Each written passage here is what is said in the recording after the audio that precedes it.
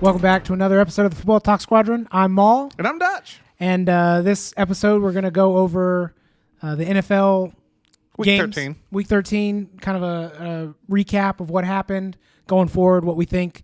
A couple injuries happen, what the playoff picture looks like, teams we, give us our kind of our power index, if you will, and just some outlooks on the NFL. But first, again, everybody's favorite game, we're going to play Guess the Player. It's my turn to stump Dutch here. So what do you want, past or present? You went present first, so I'll go present first. All right, so I think you're going to get these, so just humor me. If you know it right away, I'll let you finish. Say you know it, but then give it a couple seconds just so our viewers at home can take a couple guesses, because I know they like to play. All right, so present is Khalil Mack. Yeah. You know it? Yeah. Okay, so we'll pause for a second for those at home, so Jeopardy music. Okay, where'd he go? Buffalo. Yeah, there you go. Okay, I thought that was kind of an easy one, but it was obscure enough that usually players of that caliber don't come out of schools like that. The thing I remember, it's such a good clip. Like, I wish I could play the whole thing, but I can't with legal rights with ESPN. But it's on TikTok and Twitter. It's one of the best things I've ever seen, and I think it's like what we try to do. So Merrill Hodge is on. And they're talking about there's two different things. It's talking about Clowney, and he's like, Clowney's overrated. Like, he's not getting his body low. Like, he's making these plays in college. He's like, it's not going to work in the pros. And like, they're like, what, you wouldn't take him with the first, because I wouldn't take him in the first round. And like, sure enough, it's like, Skip Bayless and Stephen A. Smith are like mocking him. And they're like, who would you take? He's like, I'm taking Khalil Mack. And they're like, who? And he's like, Khalil Mack's the best defensive player of this draft.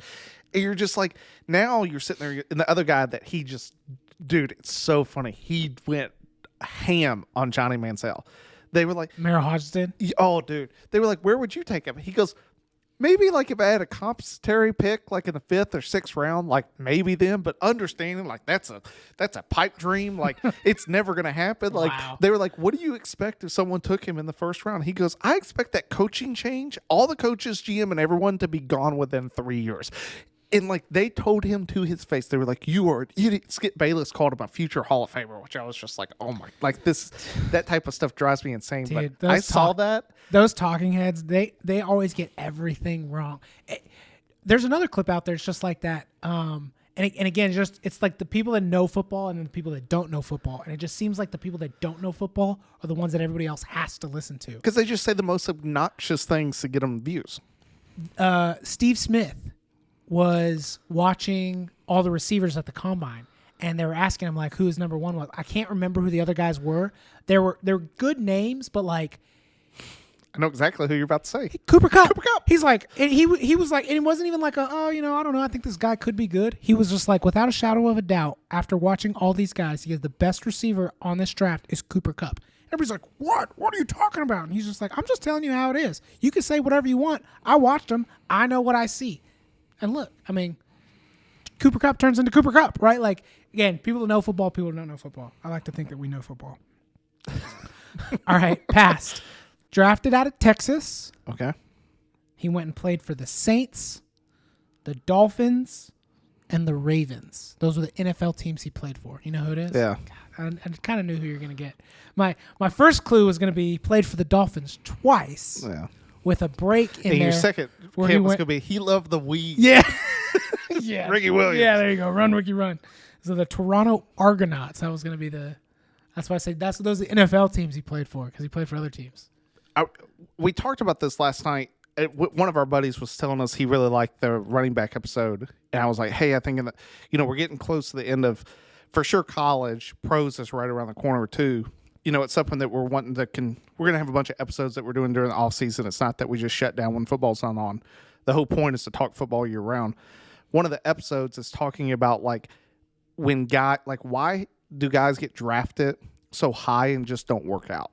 And like Ricky's one of these guys that like he for sure falls into the category I talked about last night, when you give up an entire draft for this one guy, like there was nothing that he was going to do except single-handedly play every position on the field to like make it worth for the fans of the Saints.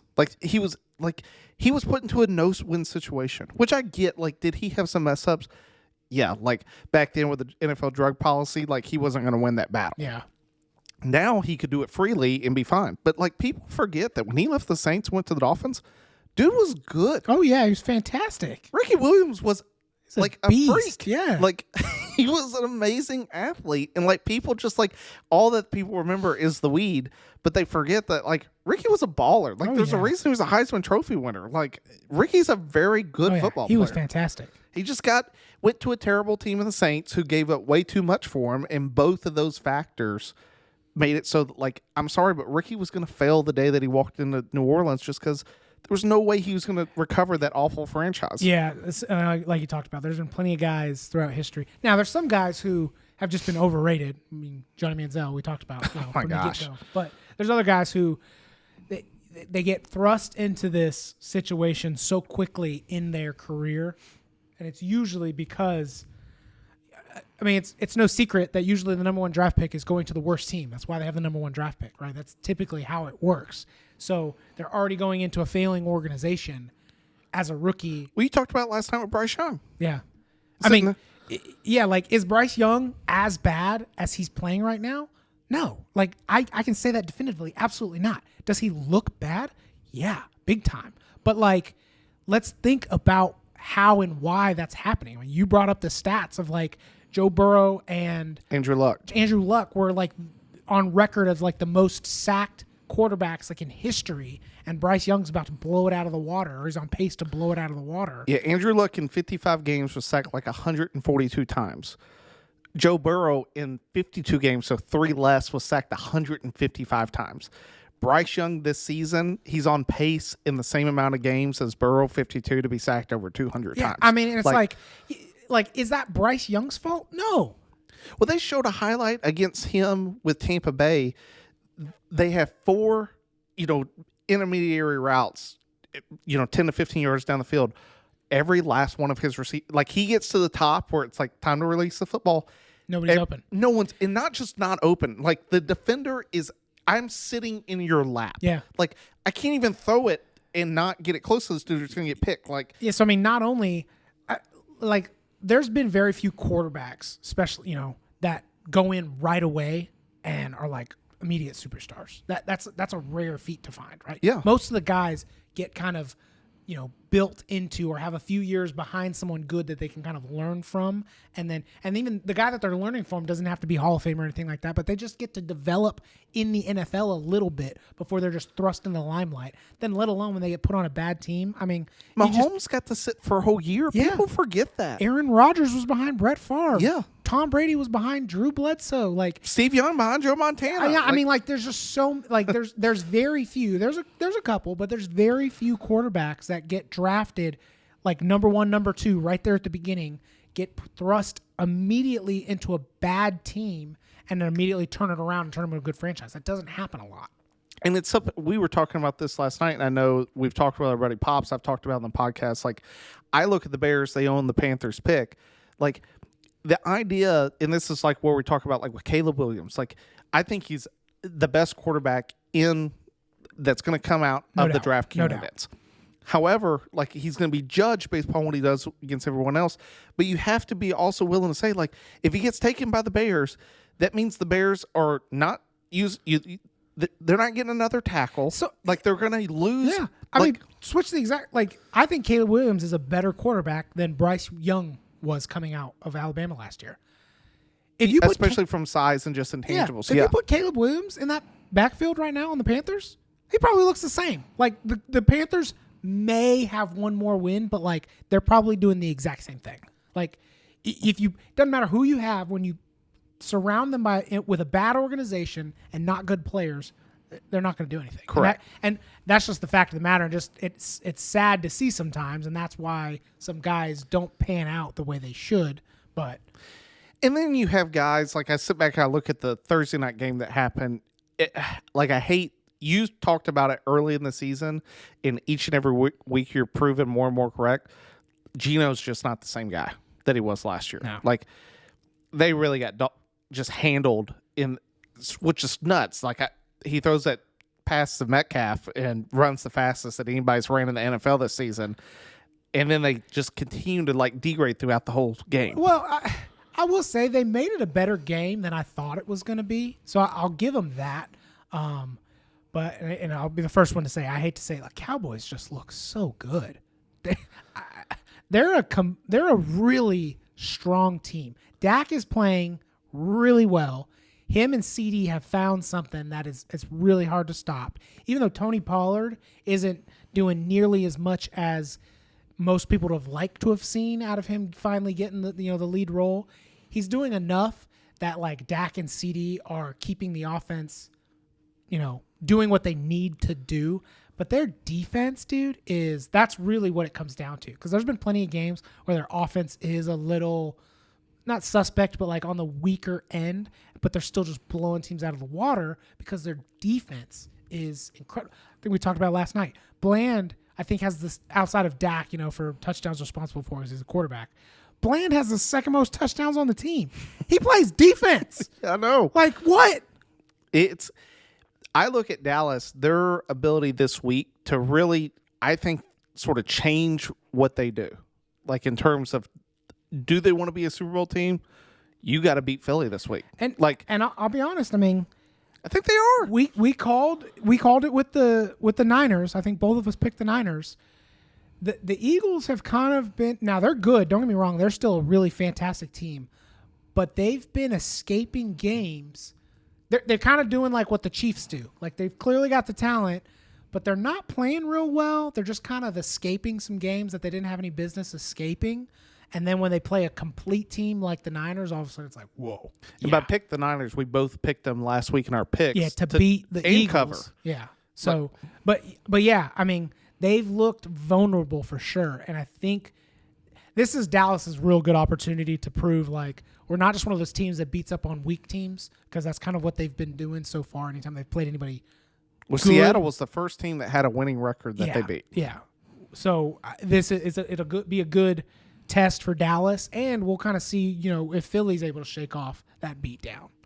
Yeah, it's one of those ones that when, like, you think about Philly, how they were this whole year, it's like, to be a 10-1 football squad, I don't think anyone sat back and was like, they're 10-1. And I can't.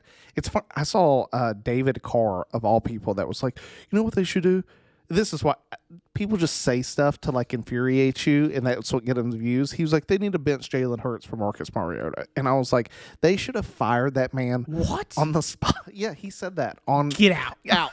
Yeah, like, what are you talking about? Like, the thing that I've noticed is, and I think what's the big difference is because Jalen's been sort of banged up, they're not running Jalen like they did last year. Yeah.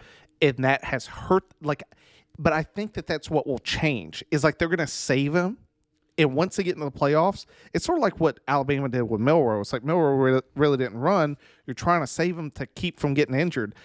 Now that he's in the playoffs, like, go, like, win the game. Like, we don't care. Like, and they don't want him to get hurt, but it's like they're not going to hold back the playbook. For Dallas, their biggest thing that I sort of see, where is Dallas's stumbling block? It's the lack of, like, Tony Pollard really running. Yeah. Like, that's the only thing that I sit back. It's like, you're going to eventually play a team that can shut down CD. Yeah. Yeah, that has a good defense, that you're going to have to be able to run the ball to really open up that passing game. That's the thing I haven't seen from Dallas this year, especially against a better team. Yeah. The Eagles will be a great test. Eagles have a really good defensive line. The thing that Eagles don't really have, now they went out and got Leonard from the Colts, who was cut the linebacker. Dude, I mean, I get, now it's Christian McCaffrey, but man, the 49ers made them look bad last week. It's weird when you look back and think about how the Niners lost 3 games straight, and it's just like, dude, how's anybody beat that team? Like, when we talked about it before the season, I mean, we were talking about how good the 49ers were. We just thought the Eagles looked a little bit better, but, like, the 49ers are just, with Brock Purdy back there, I mean, they're such a different team. I mean, they look really good on just like when everybody's healthy, Debo's clicking. God. I mean, goodness, like it's so good on both sides of the ball. So I'm going to just run through the statistics that we talked about last night. I was going to do the guess the player for NFL, but then we got talking about it. So I was going to bring it up, but it was too easy because Maul got it. His secret player, the running back that he always talks about, Matt Forte, went to Tulane, and that's like the one guy that came out of Tulane. Well, Matt Forte is one of 3 guys to have rushed for 1,000 yards and caught 100 passes. One of the guys is LT. He was the first one to do it, and the other guy's Christian McCaffrey. And Christian's done it twice. And when I saw that stat, I was like, I wonder why they don't mention that he had 1,000 yards. Like, that just sort of seems like 10 yards catch. That should be pretty easy. But only Christian McCaffrey's done it. And he's the only player. He's one of 3. The other 2 are Roger Craig with the Niners and Marshall Faulk with the Rams. But it's like McCaffrey's in both boats. Like, he's got 1,000 yards catching or 1,000 yards rushing and receiving, and he also has the ability to say, I've got 1,000 yards rushing and 100 catches in a season. Like, dude, like, it's still sort of, we were talking about last night, it blows my mind that the Panthers let him go, like, to trade him to the Niners. Like, the Niners, that decision was unprecedented. And then just another example of, they were talking about Christian McCaffrey coming out of Stanford like he wasn't going to be anything. Like, he's too small. He doesn't have the toughness, blah, blah, blah, all this stuff. Look at him. Best in the league. No, like, hands down. There's not another running back right now in the league that's close. I mean, he's like a generational level talent. Yeah. And he's got the stats to, like, back it up. Like, when you're – all the guys that I just mentioned, I mean, outside of Matt Forte, LT's a Hall of Famer. Roger Craig, I believe, is a Hall of Famer. And Marshall Faulk is a Hall of Famer. I know that for sure. Like, dude, you have some like incredible heavy hitters that you just sort of sit back and you go, when you're putting your name up to them, like, it's impressive. And like you talked about, I mean, just taking a look at that 49ers Eagles game, it was one of those ones that I wasn't shocked the Niners won. I was a little surprised of how well they controlled the Eagles offense. Yeah. Like, I don't know what that's the only thing I can figure is like Jalen's really inability to scramble. I don't know if it's a health thing or they're just trying to save him. Their offense definitely has looked mediocre as of late, which is surprising since, DeAndre Swift has been running the ball pretty well, and you got A.J. Brown and Devontae Smith who are absolute weapons out there. You kind of wonder, what's happening. Like, why are they not able to move the ball and score as easily as they have in the past? Which I will say, Dallas Goedert going down hurt. Like, now he's going to come back here in a few weeks, and that will help their offense. And I really do think it hasn't been confirmed yet. I think that Zach Ertz comes back and plays for the Eagles. Oh, yeah, they did pick him up. I forgot about that. Well, I don't think they picked him up. He hasn't picked a team yet. Oh, the Cardinals just cut him. Oh, that's right. To let him go chase the Super Maybe that's Bowl. it. You mentioned that they were going to go pick him up. Yeah, that's what I think that makes the most sense. Like, go back to the hometown team, win another one in Philly. Like, he'd be a legend again. Teams have been doing that. Chiefs just did it with McCole Hardman. Like, they bring back guys who already know their system, and they're like, we don't got to teach you. We know your level of talent. Come back and just step right back in. Exactly. Yeah. So I can see that. The thing to transition to the other game that we talked about last night, as much as it wasn't surprising to watch the 49ers dismantle Philly, it was very surprising to see how bad Kansas City played against Green Bay. They've been, so I will not to just totally, tear the Chiefs down. The Packers have surprised me. They've surprised me like 3 or 4 different times this season. Where like they came out and you're like, oh, they're a little bit better than I thought they were. And then they turn around and you're like, oh, no, they're actually pretty terrible. And now they're going on this like Broncos level run where you're like, whoa, where did this come from? They've been looking pretty solid. They've been improving kind of every single week. That being said, the Chiefs, I think we have this high expectation from the Chiefs every single week and every single season, but like they do not look good. You mentioned it earlier, like the lack of receiving ability right now is like the first time where you're like, man, they need somebody. They've kind of always needed somebody once they got rid of Tyreek Hill, but they were still kind of able to just get away with it because Patrick Mahomes was able to spread the ball around so well, and Travis Kelce was always able to fill in the gaps, which he's still kind of doing. But like their lack of just somebody catching the dang ball. Brick for hands. But then out there. two, like having that big playability, like Rashid Rice has shown a couple times that he can do it, and I think he's like their front runner, but like he's not a superstar by any stretch of the imagination, and like they're feeling it bad. Well, I mean, you even think about years past, like last year, I've talked about it a little bit, like Juju and Sammy Watkins are both what? Dude, first round selections. Like these are like big name, like they have this like talent. And I think the draft, like especially position, comes more to like the physical attributes, like how, all these intangibles that it's like I can't coach you would be 6'5" and run that fast. Like these are just like these things. Then you take a guy like Mahomes and you pair him against with a guy that even though they're on the back end of the careers, he raises them up to like, oh, they look like they were back with the Steelers. And it's funny now that like Juju went back to the Patriots, you're like, Juju's terrible again. Yeah. It's like, no, it's just like you put him on a terrible like team again. Like he's still talented, but now that he's surrounded with less talent, like Juju's not that guy that's going to raise everyone else up. Sort of like Tyreek Hill's doing on the Dolphins. Like you put Hill, wherever Hill goes, he's going to make their quarterback look a million times better because you can't guard that dude. And then it opens up opportunities for Waddle and that second string guy, because I mean that's like one of my favorite fantasy strategies is to pick the number 2 receiver behind one of those like superstar amazing number 1 receivers, because they're going to double team that guy, which means the other guy, if he's talented enough, is probably going to be open, and he's usually going to feed from a fantasy standpoint. Well, you had him in fantasy because going up until Justin Jefferson got hurt, like Addison started to come on. Like they were like, well, we're going to shut down Jefferson. It was like, you leave Addison one-on-one, he's going to beat you. Like he was a Biletnikoff winner. Like he's a very good wide receiver. Like outside of the he definitely needs to develop a little bit more. Like I do see him drop some passes, or his routes aren't the cleanest sometimes, but he that duo, years to come, and you got Hawkinson, like that's gonna be tough. They have talent in a few seasons. Yeah, 100%. The thing with the Chiefs, like outside of the wide receiver position, Pops brought this up, and I was like, man, I didn't even think about that, but that's one of the truest things. Yet again, Matt Nagy proves that he can ruin any offense on earth. Like, God bless. Like, dude, they're they just struggle to move the football, which I get a lot of it's on the wide receiver position, but like, there's just not that. I don't sense that creativity they had last year. Yeah, I mean, their defense has never really been their strong point, but it seems like they're relying on their defense a lot more than they've had to in the past. And, like, don't get me wrong, their defense has done fine, but, like, they're not the defense that's going to go out and win you games. So they need to step it up on the offensive side of the ball.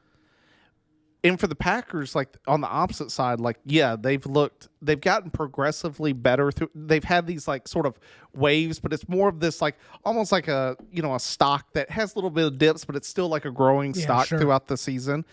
You sit back and look at them and you're like, they've already beat. Now I get they've lost to the Lions once. I won't get to see them again, but the Lions on the other hand, like they're sort of a team that I'm like, I thought at best like they were going up. Every week, I get more and more like concerned with the Lions. Yeah, they just find like they were up 21-0 against the Saints. The Saints ended up coming back and making it a game.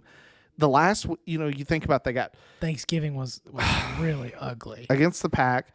The week before, they should have lost to the Bears. Had a miracle comeback against them. They had that one absolute, was that beat down by the Ravens? Yeah. Just, I think it was like 35-0 at half. They've definitely had some suspect games so far this year.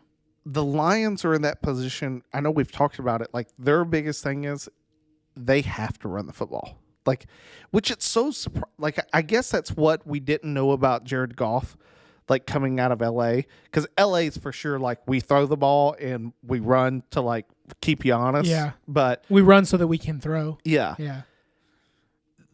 You look at all the talent they have on that Lions roster in terms of the wide receivers, even tight end, Samuel Laporta looks amazing. Oh, yeah, he's fantastic. Like, you just sort of scratch your head with, like, dude, like, why is this offense, like, when they have to throw, I saw struggle. I saw this thing the other day and it made me kind of think, and it's kind of coming to fruition. Is, don't get me wrong, I like Dan Campbell. I don't know how good of a coach he is, and that's kind of why I think the Lions are in this. He's kind of getting by on like pure, and this is what like the post was. It was like he's getting by on like pure meathead energy.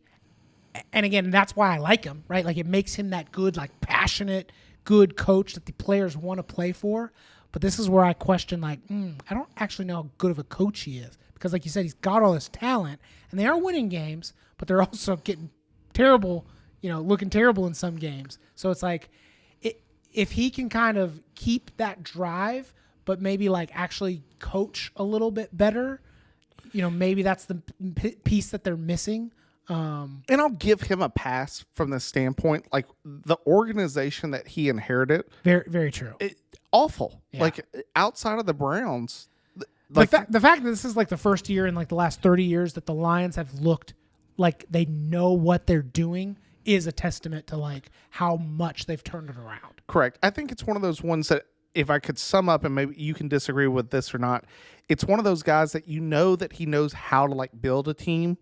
But then when like stuff's going wrong, is he the guy that can go to that dude and be like, no, stop doing that, do this? Exactly. Like is he going to be the Nick Saban adjustments to be like, all right, Jalen Hurts isn't doing it, I got to put into it. Like that takes gall, and like that takes knowing every individual in and out. And again, I don't know if Dan Campbell's quite there yet. I love it from the sense, it's funny you talk about like that player's coach, like I love the fact that Campbell is willing to be like, I don't care if we're on our own 11. If I think my guys can get it and I think we have the play, we're going for it. I love that. It's the Lions they need to, in my opinion, to go into the playoffs and have a chance. They just have to like have some balance. Like you got to find a way to like get out of the rest of the end of the season like on a positive note where you're like coming off strong, because if they can just leave sort of like they left Kansas City, like when they left Kansas City, I think the Lions were like, this is our year. And right now I can definitely tell it, you're just sort of like, maybe they're like it's the confidence is waning for sure, where they're like we're still good, we're in first place, but they're like we kind of need to work on some things. I'm really glad we don't have to play some of these things again. Yeah. And exactly. This week's a big week for them. They play the Bears. Like, I sit back and I look at that game. It's like, yo, Fields had you on the ropes last time. Like, in Chicago's not supposed to be that team that, like, beats you, but they're going to be there. I mean, like, leave it to an in-conference, opponent, too, to do something like that. And the Bears are coming off a bye. Yep. So, like, you sit back and you look at them, and I just go, they're going to get... They've been preparing for you for 2 weeks now. Yep. Yeah. You're going to get a good chance. On the opposite side of the Lions, the Saints, like, I can't...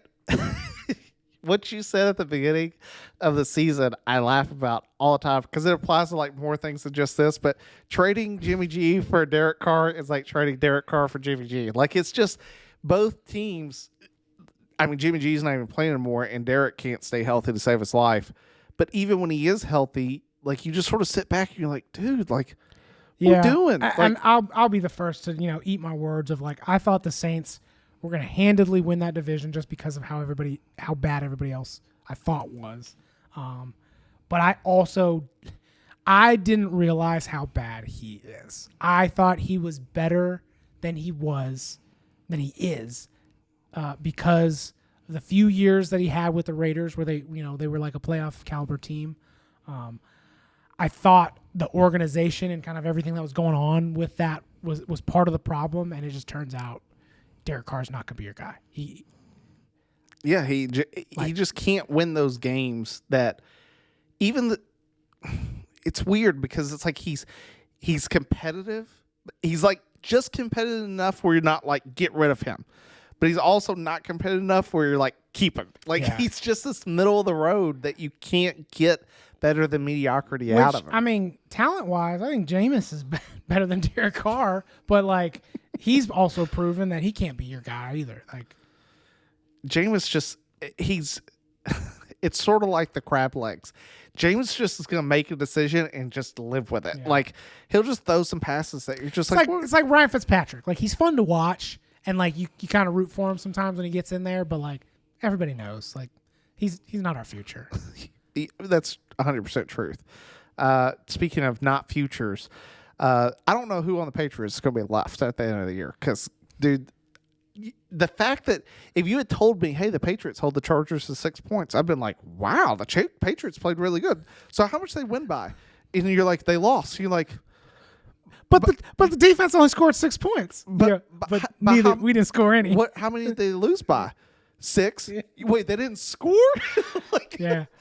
Dude. I had the over in that game, so I hate myself. Oh, my gosh. I can't imagine turning on the TV This to be is like the what? lowest scoring football game in the last 20 years or something like that. Which we had the side chat with Pops, and I dropped that picture of everyone's like, Kellen Moore's going to be the next head coach of the Panthers, maybe. And we were sitting there talking about him like, dude, how? And then this game proves it. You have Herbert against an ailing Patriots team, and you put up 6 points. Now, part of that is also due to the fact that, dude, Quentin Johnston cannot catch the football to save that man's life. No. Put him, MVS, Kadarius Toney, all in a Squid Games and just a jugs machine at all of them. And the first one to catch the ball gets to survive. They'd be in there for days. One of the meanest things I've seen is it's that song, You Can Tell Everybody I'm the Man, and it's him at draft, and he's like, Mom, you don't have to work anymore. And then it shows all his drops, and then it shows McDonald's applications and everything. And you're like, dude, I've seen it, yeah. hopefully that job takes you back because he's going to have a job here soon. It just, this is what the Chargers do. This happens every year that you sit back and you're like, this team has talent. They have the guy that you brought up, Khalil Mack. My man had 6 sacks in a game. And yet the Chargers anybody good they can't keep, and then anybody they think is good that goes there ends up being not good. And then even when they have good talent, you had 3 Hall of Famers with Phillip Rivers, Antonio Gates, LaDainian Tomlinson, and you got how many championships to show for it? And at wide receiver, they also had Vincent Jackson. Yeah, you got nothing to show for it. Nothing. Just the closest they got.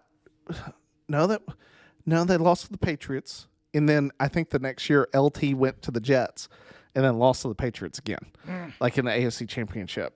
It just, God, you just sit back and look at that organization, and both of them, you're just dumps. It's funny because Vrabel is a Belichick product, as a player, not a coach. I sit back and look at the Titans. The Titans are about to be a wholesale fire too. I'm interested, especially with the Patriots, because Belichick's kind of known to not be a drafter. He's I will give you my draft picks to take guys from you who I know are good players. So I'm interested. They're going to be pretty high up on the draft board this year. I'm interested to see kind of what they do.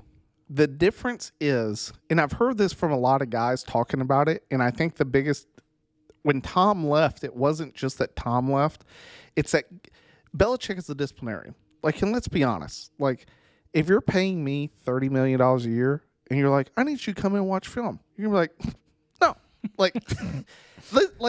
There are guys on the team who are going to do that, but then there's a bunch of guys on the team that are not. My dad, he loves telling me this story, and I love it. Gonzalez, the tight end for the Chiefs, and then Tony Gonzalez, he was telling a story. He's like, I was always motivated to play. He's like, I took time off in this. It was 2 or 3 weeks or something in the summer. He's like, I dedicated with my family. Outside of that, it's I'm on this grind.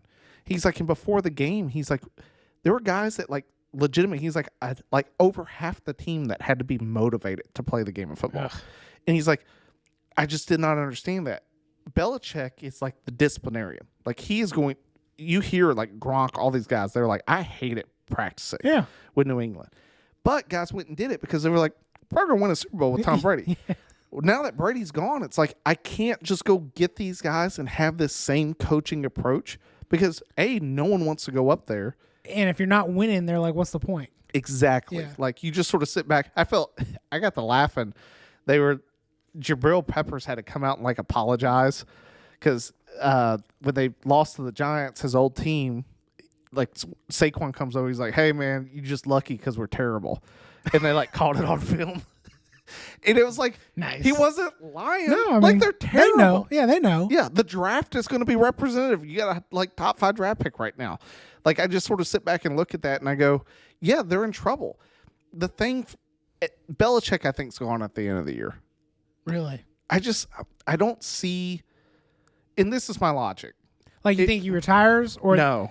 I think they fire him. They fire him, and the reason is Belichick is like Saban.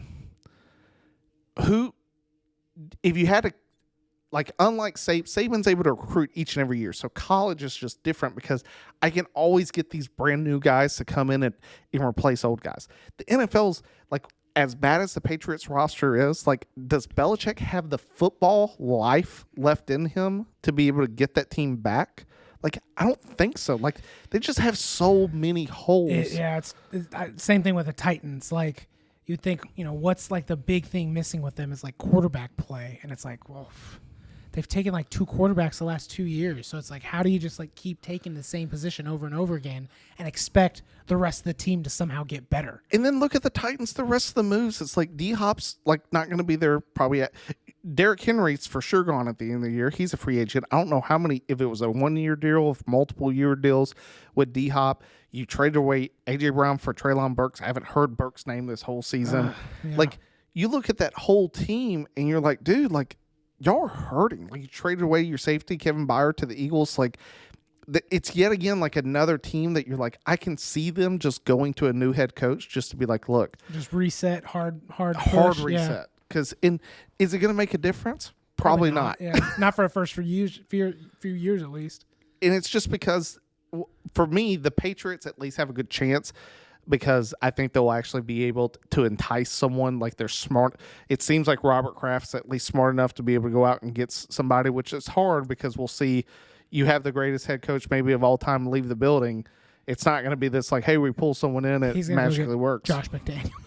Oh, dude, can you? Oh my God, dude, I think there's Bills. There's Bills, Jets fans, and Dolphins are in that right hope now. that happens. Oh yeah, tell me though that's not something that would happen in the NFL. Like we've talked about this. That the NFL the coaching carousel in the NFL is just like one bad coach will go to another team and still be a bad coach, and then another team is like, oh well, if he comes to our team, he'll definitely be a better coach. I'm not gonna lie. How many times do you have to see this guy fail to realize he's a bad coach? I really want to go to Vegas and put $100 on Josh McDaniel being the new dude. It'd be $100,000 payout. Hopefully, I'm telling you. On a happier note, the Colts, dude. I mean, Gardner Minshew looks good. Yeah, I mean, but like talking about like a guy who shows up and wants to play football, like that dude is a baller. Like period. He comes out and like there's something about him. Is he the most talented? No, for sure. But like he's got enough talent, and then there's something about his personality or the way that he plays that like it helps build the people around him like to play for him. He's not the starter. Everybody knows he's not the starter. The instant Anthony Richardson comes back, he's taking the job back over. But, like, you go from a team that, with all of the problems that they had, Jonathan Taylor wasn't going to play this season. Anthony Richardson was kind of unproven. They didn't know, He had some good moments. No. He played great when he was playing, but it was just like, we thought it was a little overrated and everybody was talking about how good he was. It was kind of unproven because he wasn't that good in college. So, for all of the problems that you thought the Colts were going to have and you think they're kind of a dumpster fire, dude, like they're competing and they're a good football team. Yeah. It's one of the, and now that Trevor Lawrence is out, I mean, like it's all, the season's not over. Like I know we thought some of these divisions have been wrapped up, but like things can change quick here. And it didn't help the Texans that they lost Tank Dell for the season. Like it opens the door for Indy. I know this may be a stretch. I'm literally the only guy that immediately comes to mind is Nick Foles.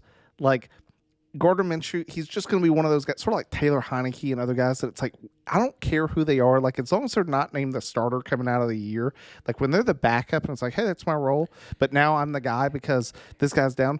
I don't know what it is, like if they just play free or whatever, but dude, like some of the best quarterbacks is because they come in as the backup and they're lights out. Yeah, I'd say those are the guys you love to have as your backup though, because like, yes, he's not as good as your starter, but like, it's not one of those where you're like, oh, it's not losing Aaron Rodgers and going to Zach Wilson. You know what I mean? Like when you lose your starter, you're like, oh, our season's over or whatever. But like at the same time, like when you have those kinds of guys where you're like, yeah, we lost Anthony Richardson, that sucks, but like we got this dude waiting and he's been waiting. You know what I mean? Like he's gonna make every opportunity, to come out and play this game. It's not gonna be the prettiest, and like we're probably gonna lose some games, but yeah, you love to have those guys as your backup.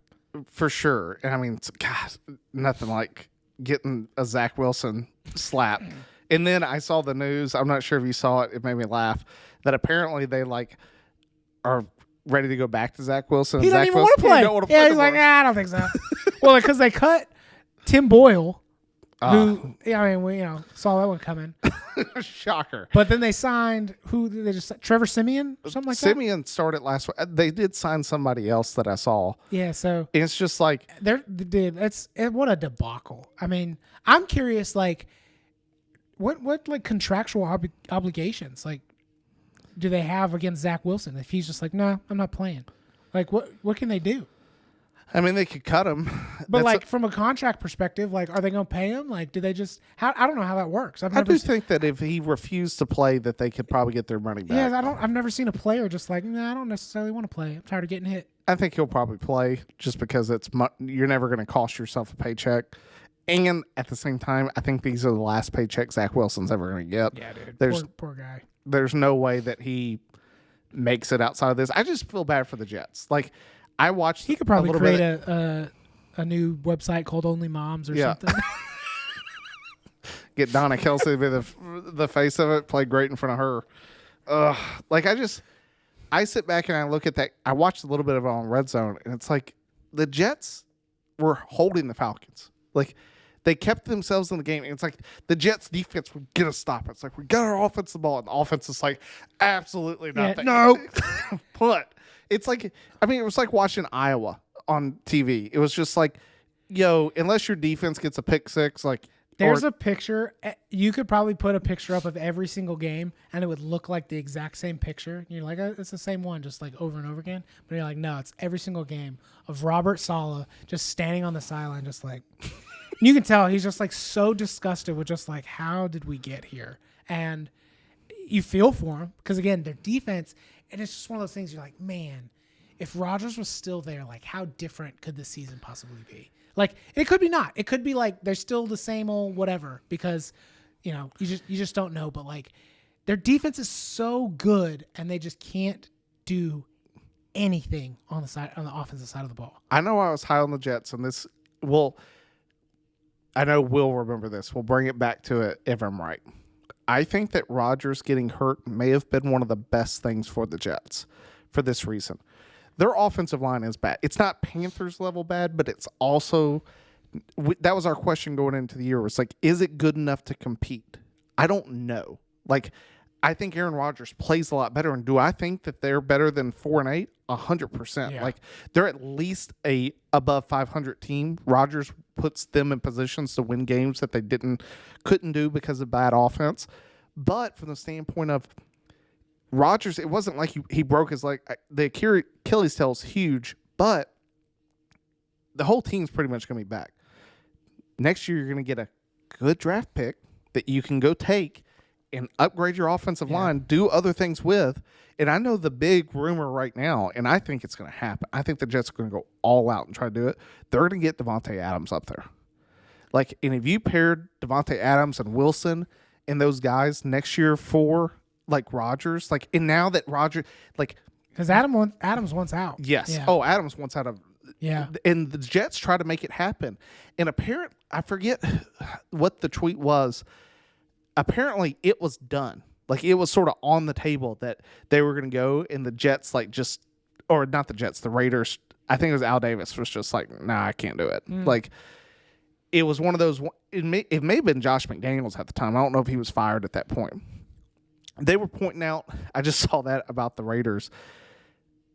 Everyone in their room wanted the Raiders to take C.J. Stroud, to move up and go get Stroud. Wow. And Josh McDaniels said no, that he was like, no, Jimmy G's our dude. And, God, like, we're going to do another episode we're going to do in the offseason. I'll say lucky for C.J. Stroud. Lucky for him. Oh, my goodness. Dude, talk about a team on a trajectory. I don't quite think they have all the pieces yet, but like you love to see like that underdog story, and like the Texans haven't done anything to nobody to deserve anybody's hate. So like you love to see organizations like you get a good coach, you get young players, like they have a bright future, and they're in one of the worst divisions in the league. So like I hope, just for the sake of like their sake, I really see them being an absolute troublemaker in years to come. I think this week really highlighted how good the Texans are, and it's because they beat the Broncos. Like the Broncos were a hot team. They're super hot right now. Like for the Broncos were a favorite. I don't know, you picked them. I ended up picking the Texans, but it was just like that was a big win for them. Oh yeah, like huge. That can't be understated. I think it sort of gets like discredited because people are like, oh, well, it was the Broncos. So it's like, now the Broncos that we saw at the beginning of the season are completely different from the Broncos we're seeing right now. That's a big win for them. And especially like you said, Trevor Lawrence going down, like the Texans are going to have to overcome the loss of Tank Dell, which is huge. Nico Collins did step up. But they got Noah Brown, they got Nico Collins, they got Dalton Schultz. Like they've got Damian Pierce. They've got a squad, dude. And this is, I'll take it back to that whole like draft thing. Like, why is C.J. Stroud doing better? Think about all the talent that's around him. Now, they went out and got Tank Dell. Like, they got Will Anderson on the other side of the ball, too. Remember, that's what you love to see. Like, remember, we were like, they killed that draft. They did that little combo that they put together. You were like, whoa, I never saw that coming. But, like, to have those dudes come in and make an immediate impact with D'Amico Ryans, like, you love to see it. And I love it from the Texan standpoint that you never, because everyone was critical that, oh, well, you gave the Cardinals next year's draft pick. And it's like, you don't know who's going to be their next draft. You don't know how the Cardinals are going to do. I've researched, for the Texans, it's like we've researched, like we've picked all our guys. Will Anderson's high on our board. We would have picked him if two other teams had been ahead of us, taking both quarterbacks. We're going to go back and get him. Like, we're willing to give up next year's first-round pick to go get this guy, and it's worked. I mean, he looked great. And I got to talk about Belichick's made his whole career off of that. Like, he doesn't draft guys. Or if he does draft guys, it's it's late. Yeah, it's Julian Edelman. Yeah, those like type of guys. You know who you want, and you go get it. Because again, from a historical standpoint, it's very, very difficult to know who's gonna, regardless of what position you take them in the draft, that they're going to succeed. From there. So they're fine when they've picked, like, this is our guy. They're fine giving away a future draft pick because who knows who that even turns into. Could be a complete bust. Could be Jamarcus Russell. Oh, my goodness. So, they're like, look, we're going to take our guy now. We're going to start building. Let's go. And it's a great story for D'Amico. We'll see how it keeps going. The loss of Tank Dell is big. We'll see. They have pieces, just like you stated. They have a ton of pieces there. On the opposite side, like I look at the Broncos, especially, I know they won't get to play the Chiefs again, but like the Raiders aren't it. The Chargers are not it. The Chiefs, it's funny. They beat the Chiefs once this year, and the other game was still close. Like, I don't know what it is. Like the Broncos sort of have that Chiefs number. Like it's the in division rivalries. Like we've talked about this before. Like they play each other so much that they have tendencies, and they just always, keep games closer than they should. I think if you ask Chiefs fans who's the one team that you don't want to see in the playoffs, probably the Broncos. It's the Broncos. Yeah. Like. They will play them. Like I can honestly see that if the Broncos find a way to get into the playoffs and have to play the Chiefs, I'm not picking the Chiefs. Like that's a tough game. Yeah, and I don't know if it's Sean Payton or like if it's just they finally now haven't had enough time with Sean Payton that they've been able to turn it around. But like, yeah, the Broncos look like an absolute, completely different team. The biggest thing that I've noticed is they're spreading the ball around. Like. Because it felt like through the first half of the year, like Jerry Jeudy saw no passes to him. And then Jerry Jeudy, he had a really good game against the Texans. Like they were really hitting him up. And you got Cortland Sutton. Like they have good pieces. I mean, you got Javonte Williams and Samaje Perine. Yeah, Jaleel McLaughlin. Like they have talent. Like they have the guys. And no offense with the Seahawks. That's all the guys they gave up for Russell Wilson. Yeah. But they have talent. Like, It's just a matter, can they keep it building for the Broncos going forward? We'll find out. Then, go back to that Jets, because we didn't talk about the Falcons. Like, it's funny how I still think Arthur Smith should be fired, but I feel like they're going to win enough that he's not going to be fired. Yeah, I mean, talk about a team that needs a quarterback bad. I mean, we call that one. Gosh. Ritter's terrible. Yeah, he's so bad. Which, in their defense, they did make the switch. It just happened that, Heineke got hurt. So, it's still just a foul that they're not using Bijan appropriately. But, again, it starts with the quarterback play, right? Because, that's why the quarterback position is so significant, is because he touches the ball in every single play, and it doesn't matter how good Bijan is. Like, if the guy who's touching the ball in every single play can't get the ball to the right people to sustain drives, it's just not going to happen. Like, they need a quarterback bad. And I think he would be the best guy that they could go get with the draft that they have. I think if there's any chance that the Bears move on from Fields, they got to go get Fields. Like, getting Fields for that offense, you have Bijan, you have those guys. Like, Fields has at least shown more promise than Ritter ever has. Yeah. Like, Fields has had good games. Where are the Falcons right now as far as I can pull that up and take a look. Pick's going to be. Because I'm thinking, like, what's going to happen. I'll be honest, dude. I don't know if the Bears go get Caleb Williams. Like, and if anything, that might be something that they could do. The Falcons can trade around and move up to take that pick. But if they're close enough to the top, they might let Williams fall, and they might go after someone like Drake May. Which, don't get me wrong, I don't think that's the solution. But, like, I feel like that's what the Falcons will do, and then the Falcons will still be the bad organization that they are. I really wanted to smack you for that. That sounds like Mel Kiper sitting there. Oh, yeah. I'm not saying that that's the right call. I'm just saying I feel like that's what happens. It's true. I sit back and trying to find the Falcons. The Falcons right now are at 19. So, like, you're not getting a quarterback with that. Well, unless they trade up. That's what I'm saying. Like, they might have to trade up to go do that. But if they... For me, like, they're not going to give up a number one pick for Fields. Like, Fields would probably be like a third or fourth round guy. No, but I don't think that's what I'm saying. I don't think the Bears necessarily move on from Fields. And I think the Bears will use that number one pick to entice, hey, what are you going to give me for this pick? Because we're going to keep Fields, so we don't need the quarterback. So we'll move back to 19 if you make it lucrative enough for us to keep Fields, give you Caleb Williams, and now we get, like, 2 or 3 picks plus some offensive linemen to build around Fields. I don't think this would ever happen, but I straight up would do it for Falcons. You give us your first, and Bijan will give you the number one overall. Oof, no way. No chance the Falcons give Bijan up. I'm just saying the Falcons would immediately be able to go take Caleb Williams. You move from 19th. You have to give up Bijan. I know they won't, but God, the Bears need. The Bears, I'm in the same boat as you. I told you this last night, and I was talking to Pops about it as well because he's a huge Bears fan. The Bears, by trading back, like just, hey, we're not going to take Caleb Williams.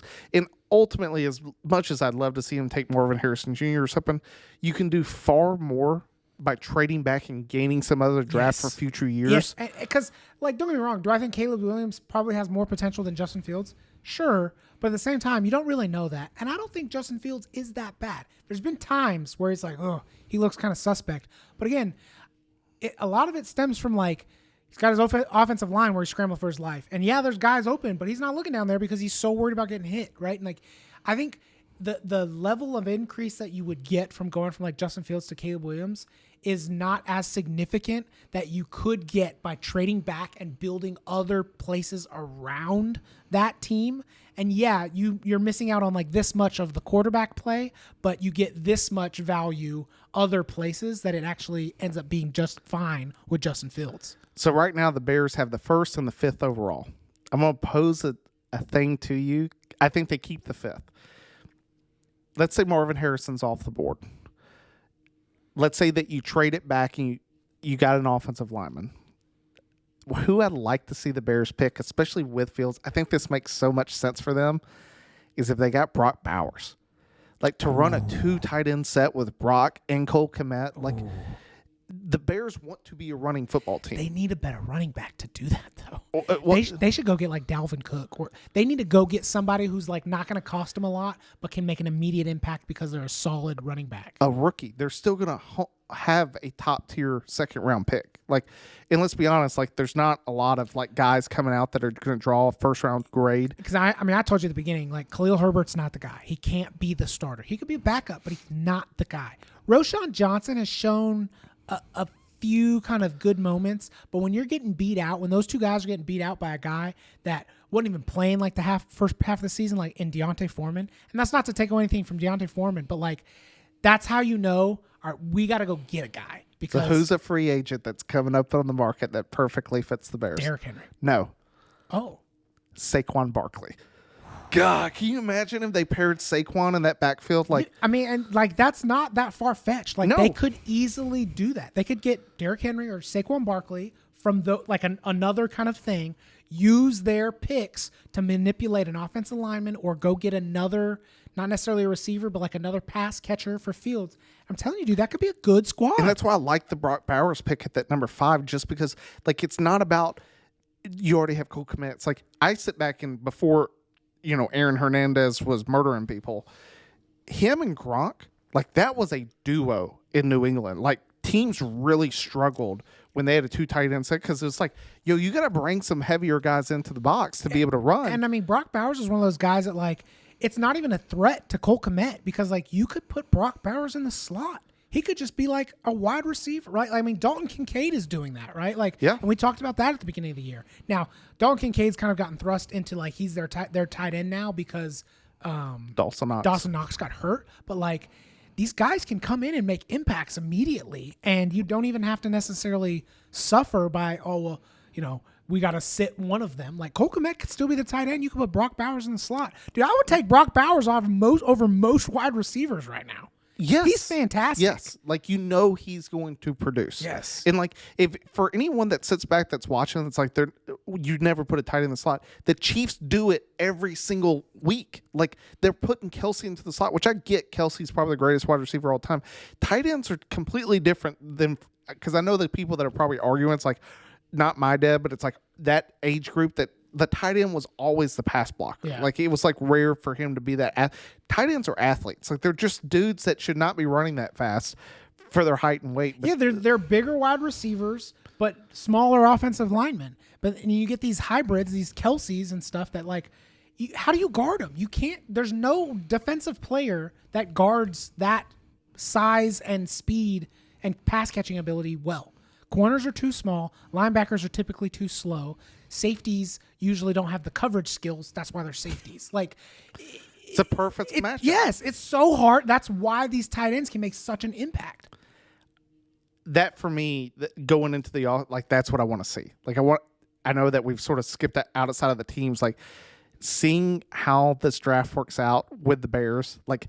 The Bears have this chance that it's like you've been given this ultimate gift because I think they made an incredibly smart move trading up, getting out of that pick, saying, hey, like, I get that they could have taken Jalen Carter, which it would have just been too high of a pick to use on the number 1 guy.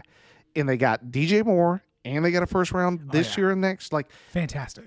Yes, and Great I think they'll do it the exact same thing this year because it's like there's just you can't spin that pick on Marvin Harrison Jr. as good as he is. It's just because he can't touch the ball every play. Like go get if they're gonna spin the number 1 pick, it's gonna be on an offensive tackle. But I don't think there's any guy coming out this year that people are like, that dude's a day 1 like Hall of Famer at tackle. And this game that they just played, even though they did win, it was a good win for them. It definitely proved.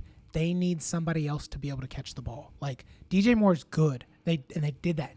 Justin Fields obviously knows that DJ Moore is good, and he's the only one that he even looks for because he's the only one that's actually open or can catch the ball. But they need somebody else to go catch the ball.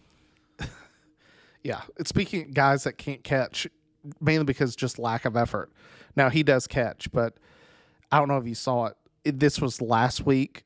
Because we're going to talk about the Steelers Cardinals. Did you see the effort that Deontay Johnson? Yeah, it's pitiful. I could not believe that Tomlin didn't just yank him out of the game. I'm really shocked with Pickens and Deontay Johnson, like the stunts that they've been pulling, that Tomlin's not just getting rid of dudes. It's baffling to me.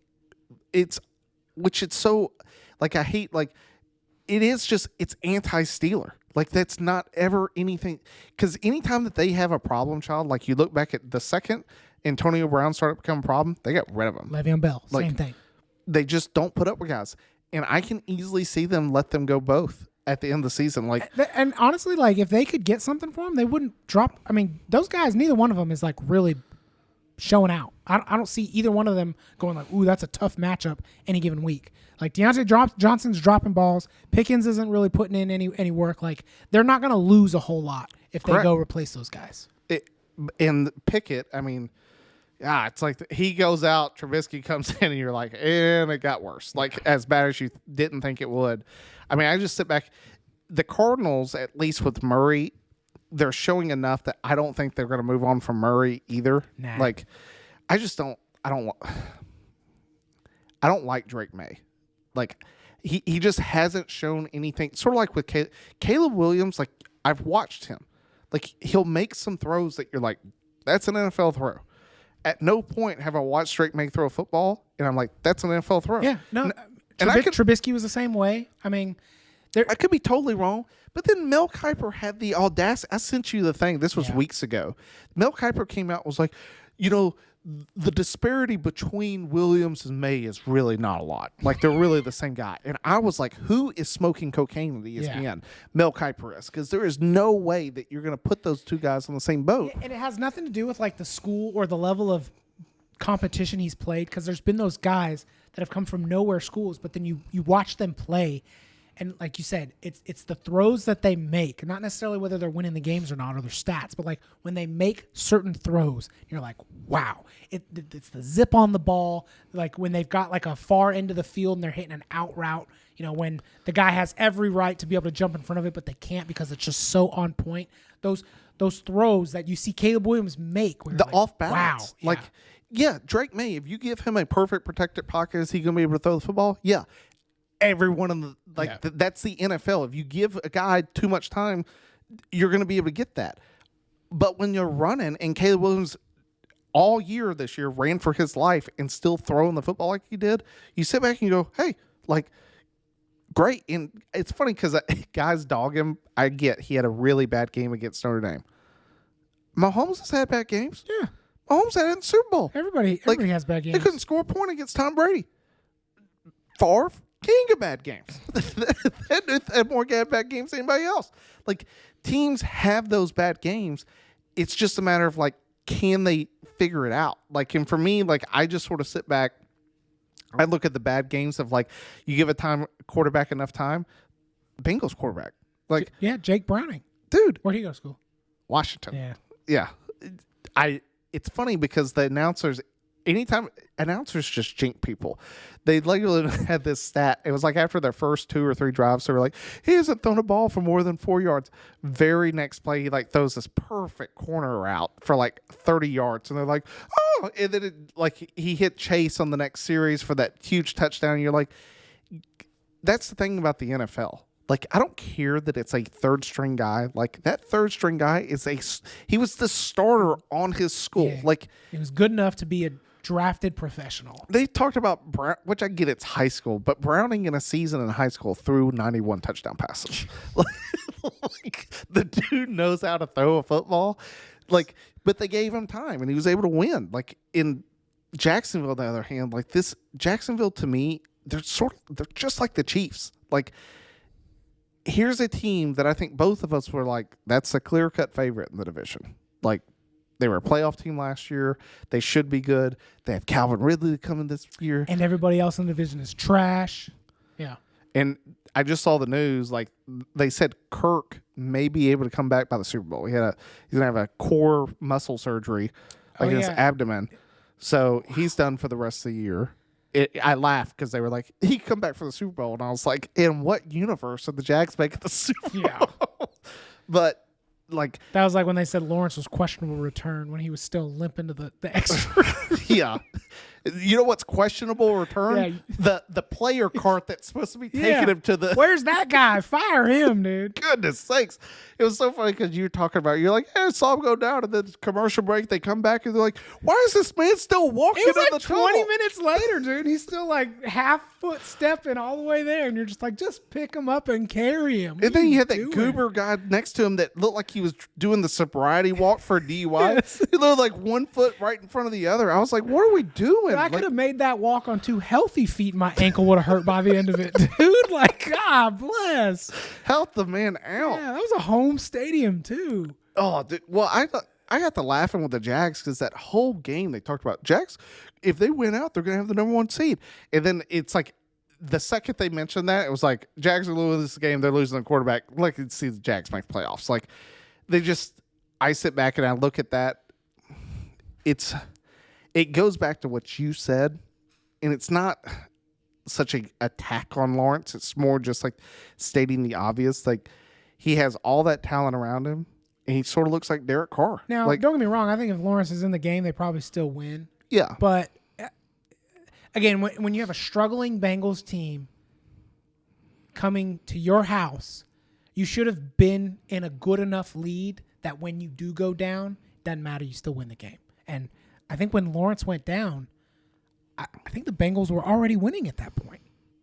Yeah, it took the backup to come in and drive him down to be able to. So, I mean, like, I'm not saying Lawrence is bad. I've not said that once. But he is not the prolific passer and that game-winning superstar that he was drafted to be. That's all I'm saying. The value you expected versus the value you're getting is a giant disparity. That's all I'm saying.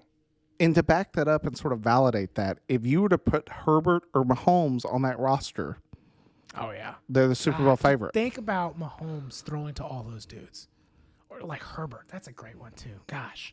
Both of those guys on Jacksonville, like Jacksonville's the Super Bowl favorite right now, if they have that. Like, and that's just the difference. It's not that, like you said, it's not that, Trevor Lawrence is bad. Lawrence It's just that he's not this guy that elevates everyone around him to make them superstars. Like, it's just not been that.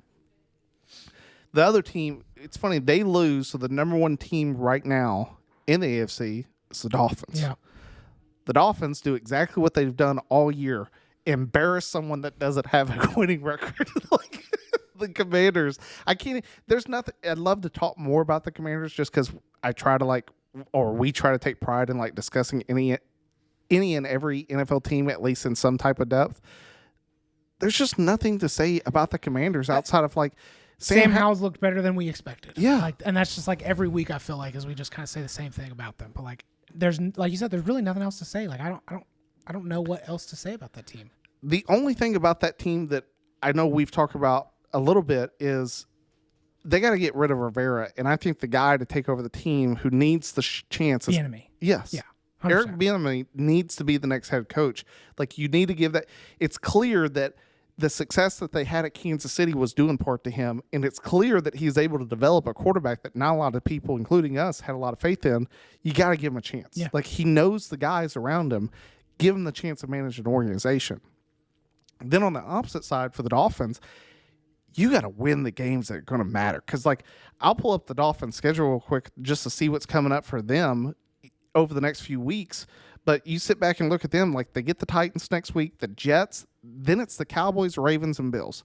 Like, they should win the next 2, and then it's just, can you beat the Cowboys? And I think the Ravens game is probably going to determine who's the number 1 seed in the AFC. Yep, that's a good one. And for Miami, it's like, dude, if you can not have to go to Kansas City, if you don't have to go to Baltimore, that's a huge win for Miami. Yeah, huge.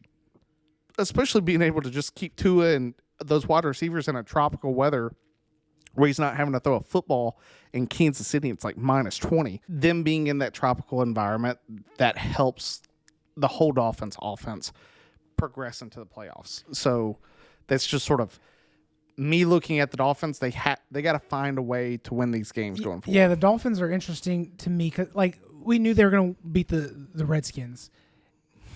Commanders. The Commanders, sorry. Don't cancel me. But Well, they show up and it's like, okay, the Commanders are still a professional football team, but like they looked so good against them, right? And they beat the Broncos, like it was like 70. They put up 70 on them. Like is it like those Dolphins?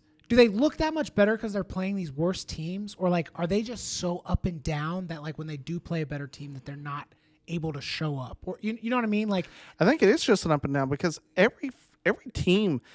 No one's blowing out like opponents like the Dolphins are. Yeah, like, because like they have that. That's what I'm saying. Like they have that ability. I feel like that they could go in and like make it a good game against the Niners, or something like that. But it seems like for whatever reason the Dolphins are kind of one of those teams where it's like, for whatever reason, when that level of competition comes up and raises to them or whatever, they aren't able to really sustain the level of play that they've been capable of showing. 100%. Which sounds. When you play a better opponent, you don't do as well. Yeah, no, that's not necessarily what I'm saying. It's just, I think it's more of the Dolphins than like the opponent that they're playing. 100%. It's something that they're going to have to figure out. If the Dolphins want to win, which I think the Dolphins have the offense to win any game that they're in, they just have to be able to put it together against a good opponent. I'm not comparing them to the last year's Vikings, because I think the last year's Vikings we kind of knew were a little bit of pretenders just based on the stats and the one score games and kind of thing. That kind of has that feeling to me, where like they're going to go into the playoffs with like a really good record, and like the fans and everybody's going to have this hype around them, and they're going to fold in the first round. I can see it. Sorry, Slam. Talk about a team that won't fold in the first round is the Panthers, because they ain't going to be there. Wow. Terrible. I mean, we've talked about Bryce Young sacks. Like, they're sort of in the exact same spot as the Commanders for me. Like, there's just nothing to talk about. Like, yeah, I mean, we could talk about Frank Reich being the scapegoat, which I think everybody at this point knows that it's Tepper's fault, not Frank Reich. Not that bringing in Frank Reich in the first place we think was a mistake, because he's not going to be the coach to turn that around. But with everything going on in that organization, again, he was a scapegoat. He's the new Jerry Jones. Like, that's what Tepper is. Like, anytime an owner gets too involved with the franchise, like, it just doesn't work out. And like, I'm sorry, but just because I said this last week, just because you're a billionaire and you've made really good business decisions does not mean that you're a good evaluator of NFL talent. Oh yeah. And it's because I know for a fact, like, this dude is not like watching film in his house on every single guy, like really reviewing it, going through it, know what he's looking for. I mean, why would you? You're paying people millions of dollars to do that for you. Exactly. Exactly. Like, that's what you have scouts and coaches to do that. But what he sees, and I guarantee you it's like part of it, is like, that's the guy that just watches it on TV. Like, he's like, well, that guy's amazing. Why can we not just go get him?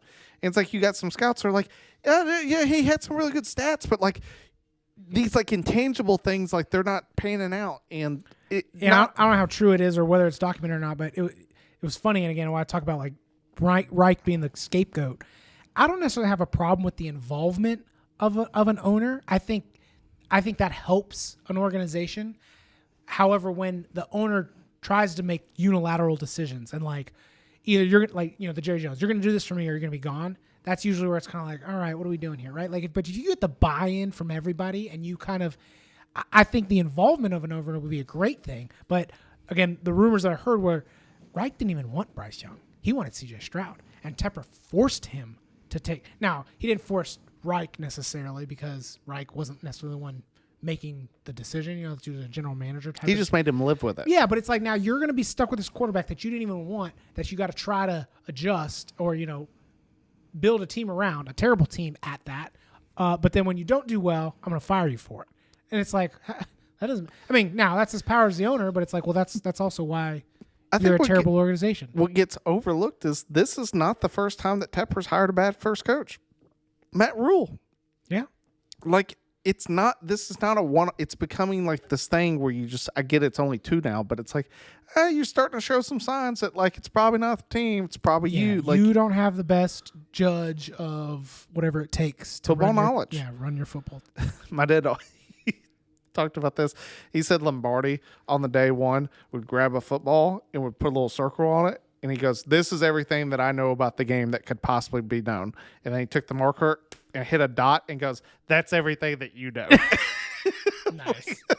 And it's one of those ones where you have to be willing to take a step back and be like, I get that I own this team, but I also need to understand that I don't know everything there is to know, and I have to rely on other people. I mean, you and I could own a football team right now, and we would still use the resources around us to have those people scout for you and all those other things. You need help. Like, yeah. I can't make unilateral decisions. That's the biggest thing. Like when 90% of the room is telling you to go one way, believe them. Yeah. Like you got to listen to them. And then the final game, Browns-Rams. I feel bad for the Browns because like Dorian Thompson looked good, gets hurt. And it's like anytime that when I heard it that he was starting, I was like, man, if that's not a Brown stat, Joe Flacco. Yeah. I was like, this is, it's funny because the Browns are doing exactly what they've always done. Like they've only had one season or two seasons. I did that whole thing about the Cleveland Browns. One of them was Baker Mayfield as a quarterback to last through the entire season. Like you think this year it's Dorian Thompson. I think they started one other guy. PJ Walker. And now Joe Flacco. Like this season alone, you've now had 4 quarterbacks. Like now, again, you kind of alluded to. You feel bad for him because when Deshaun was playing, I mean, they looked like real contenders. Well, that defense was really good. But they lose Chubb. And I think that's one of the overshadowed. Even without Chubb, they still were looking like pretty good contenders. And it's like the what if, or what coulda, woulda, if they have Watson and Chubb healthy all season with that defense, dude. They're in that division. That division is stacked. Yeah. Well, I mean, but they lose Burrow, Pickett with the Steelers. It's really just going to be, can you beat Lamar? Like, if you can battle the Ravens, you have a good chance in this division this year. They've already beat them. Yeah, but now you're just sitting back. I think the Browns are going to be looking on the outside just because there's nothing against Flacco. Like he still won a Super Bowl.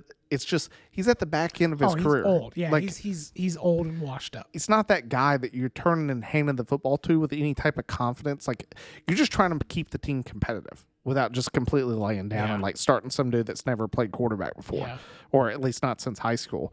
On the opposite side, the Rams, like talk about this is like you brought it up earlier with Cooper Kupp and like Steve Smith talking about it.